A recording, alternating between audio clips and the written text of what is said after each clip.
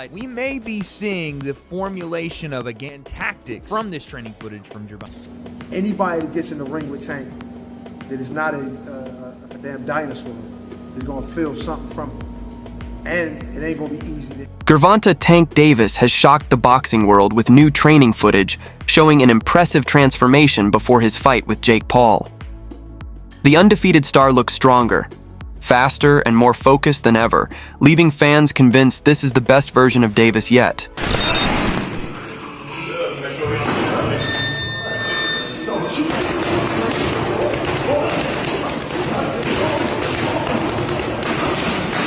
Gervonta "Tank" Davis, known for his explosive power and viral knockouts, looks stronger and more focused than ever. His new training footage shows added muscle and intensity, proving he's entering this fight in his most dominant form yet.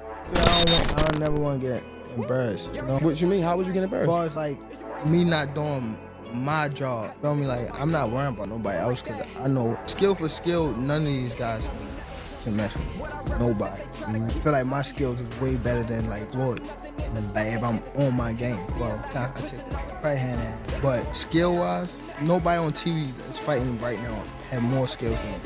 Nobody. Like talking about top to bottom list of fighters that's fighting on TV. So what that got to do with you being, I guess, embarrassing? Like, cause again, we see you make posts on the story like the fight not happening. Like, cause I don't never want to like me not doing my job like all the way, like me not training all the way, me not, you know. So that's what made me like. So I was supposed to been in camp, you know.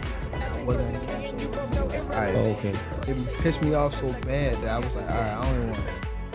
Chambers warned Jake Paul not to underestimate Gervonta Davis, noting that while Jake has size and strength, Davis's speed and power could easily turn the fight in his favor. Something like this can happen, but this is social media. This is what it's created. There's a lane that Jake Paul has created. Honestly, I'm not mad at him for it. He's gotten a lot of fighters and, you know, actual fighters some shine. It also has done for women's boxing a lot. So I'm not mad at him for what he's been in boxing and what he's created. This is a little crazy. This is a little crazy. And a lot of people will say, Tank is too small. Let me tell you something. Anybody that gets in the ring with Tank that is not a damn dinosaur is going to feel something from it. And it ain't gonna be easy to hit it. Got boxing IQ. He may not sound like an intellectual guy when you hear him talk, but he knows the ring inside and out. So there's nothing that Jake Paul can do aside from make it extremely ugly by grabbing him and probably trying to throw him to the ground. I don't know what else, bite him. I don't know, but I mean, the skill level alone. Now, of course, there is a size difference, height difference and all that, but he's just gonna struggle so much landing a shot. You know, it's just gonna look bad. To me, this is the way I see it. It's gonna look bad. Tank is gonna be too fast. And the punch, I believe, I'm not saying it's gonna knock him out or, you know. Gervonta "Tank" Davis said he could beat a 300-pound man with no fight experience, stressing that skill, timing, and precision matter more than size in boxing. Minimum weight of someone that could beat you in a fight. Minimum weight? Yeah, someone's like 250. Yeah, probably like 250, 220, some shit like that. With no experience? Yes, sir. Someone with no experience? Yeah. Yeah. No, hell no. They gotta have experience to beat me. No, but like a 300 guy, no experience. You think you I'm could beat him? I'm whooping that ass. Yeah. Despite his intense training, many believe Gervonta Davis is too small to beat Jake Paul, who holds a major size and weight advantage. We want to know, who will win in this fight? Jake Paul or Tank Davis? It's a legit question. And I actually want to really hear your thoughts on who do you think is going to win. Because I know what Vegas is saying, but I want to know what you think. Personally, I think Tank too little, bro. Yo, I think Tank too little. I'm so glad you have brain on your fucking shoulder. I think Tank too little. I said, bro. I think Tank's too little. That's what I'm saying. That weight class is for a reason. Davis that weight class is for a reason. 5'5", 135 pounds. Jake Paul is 6 feet, 205 pounds. That's what I'm saying. Bro. He's 6'1", 205. Everybody's like, yeah, bro, but Tank it only takes one good punch. Yes, it takes one good punch when you're about the same size. There's a 67-pound difference in weight in these people. I don't think nobody puts the physics in mind. Jake Paul gets punched in the face by dudes 200 pounds with all their might on a weekly basis. 135-pound puncher, bro. If y'all remember the Mayweather versus Conor McGregor fight, Conor walks around like 180 on the regular. He's like 5'9", 180. Mayweather's like 5'7", 145.